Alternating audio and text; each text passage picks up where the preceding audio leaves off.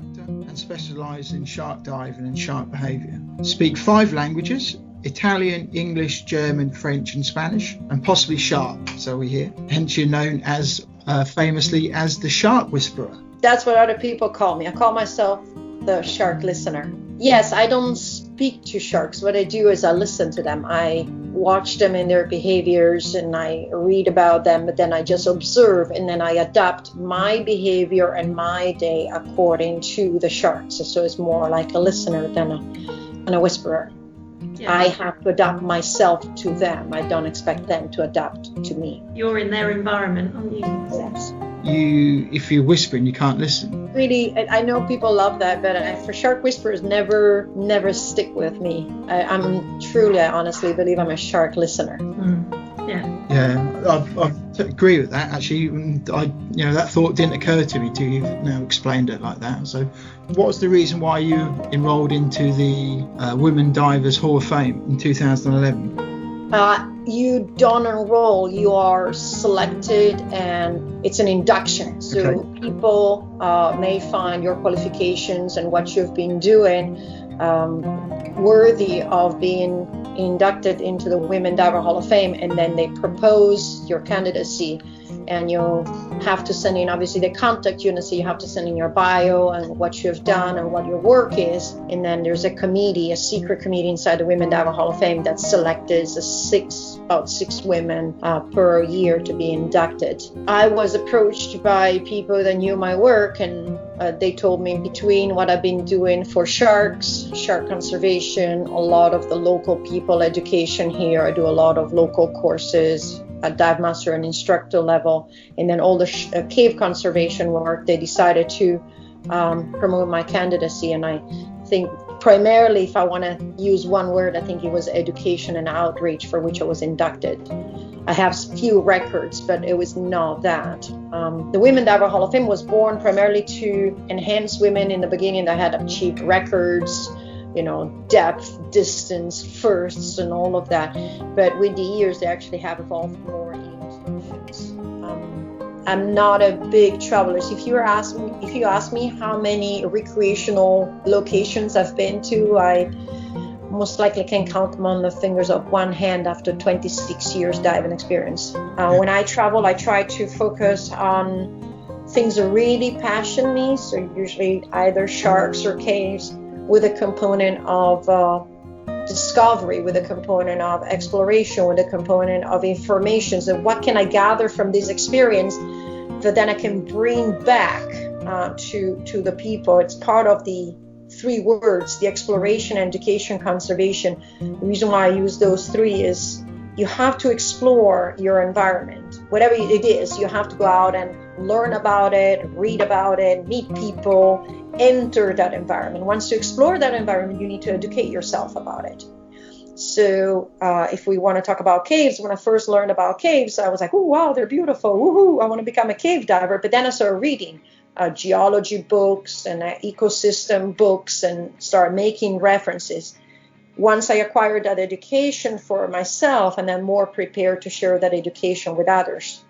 And then that results in conservation. So that's how the 3 things work for me. You explore because I think that's what keeps the fuel alive. You educate yourself first so you can share with others, and then together you can push for conservation. Yeah, and preservation of it. Yeah, that's good. And it's true when you think about it, because otherwise you're just a tourist and not understanding. We're not learning anything from it, are you? So I think it's good that you do that, and you got those steps. Yes, my course director trainer said something that is very, very interesting. He said you can have 10 years experience, or you can have 10 one-year experience.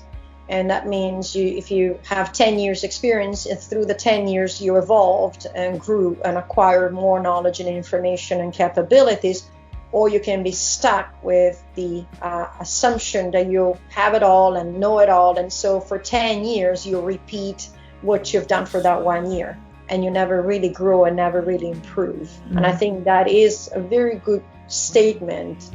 So that's something that you can apply to life, actually. Absolutely. Good stuff. go and see the great whites swimming by the cage. That's the reason why when I give food, I just give every once in a while a little bit of food. It's like tell my dog, sit. Oh, good job. Here's, go to your bed. Here's a treat. So there's a little reward.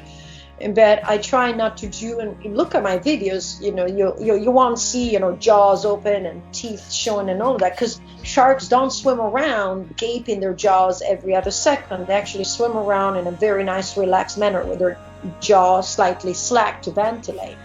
So it's a big contentious issue. So I was part of a project aware discussion at DEMA and like how to identify good operators and bad operators, and according to the regional standards, I ended up having a 1.5 stars. I mean, absolutely the most horrific. But yet I'm invited in the discussions because what I do with the sharks is not considered bad. So we put it back on the plate. In the people's eye is this and that. I do believe you need differentiation, but then within the same realm, you'll have good operators and bad operators. Earlier on, we were talking about dogs and the breed of dogs, and I said I have pit bulls. It's not the breed, it's the owner. And it's the same thing with sharks. I think shark diving can be extremely inspirational and educational. I think it can be very positive for the sharks. The Bahamas are a prime example of that. We thrive on shark tourism. Sharks have been protected in the Bahamas because of shark tourism and what brings to the economy. But we also need to understand how to do it, how to safely do it, and that is being a good dog owner or a bad dog owner is not on the dogs, it's on the owners. And trouble is, Hollywood has spent millions, haven't they, and years of selling this preconception idea that as soon as you're in the water you're going to get bit, where the actual educated reality is actually quite the opposite. It's quite different to that. Very much so. I mean, most sharks are just like any other fish. They swim the ocean, they see you, they swim by you. I think it's a thing that we do as humans. We tend to do too much anthropomorphic interpretation of animals' behavior, and we put a lot of our behavior into them. And I give you an example. If a human being finds 10 lobsters, they will collect all 10 lobsters. They will not collect the 2 lobsters that they need for dinner and then go back the next day to collect the next 2 that they need for dinner, but they'll harvest everything that is available. Sharks, like many other animals out there, will only collect what they need in that moment for their need and for their food. That's the reason why you have BBC, Blue Planet Live, National Geographic videos of lions sitting comfortably into the savannah as the gazelles and all their prey and everyone else runs around them. Not every antelope that goes down to the river to drink is eaten by a crocodile.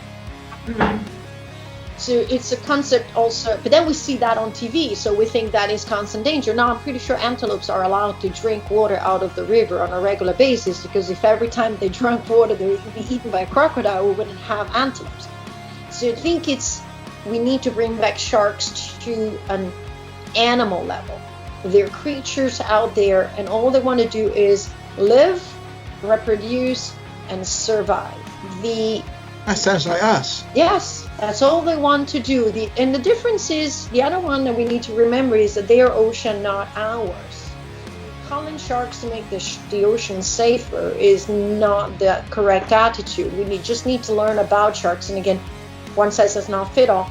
And understand that 99% of the time we can be in the water with sharks. And we can go in the water even if there are sharks. And sometimes, really rarely, sometimes there's few little parts in the world in which we need to understand it's not our time and it's not our place, and it's okay.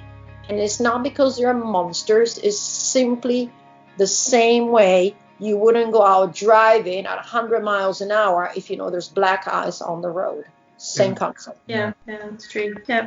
Are there any sharks that you haven't dived with that you would like to experience some underwater time with? I haven't been in the water with basking sharks. I would just love to see basking sharks, just how the way they swim. I've seen pictures of their big mouth or anything like that. And I would like to see some of the more curious ones. You know, I've had opportunity in the Channel Islands to see some of the horn sharks and some of these seven gills and things like that. But some I guess I will never be able to see, but like a goblin shark, I would love to see a goblin shark. Spend more time with the wobbegons and the port Jackson.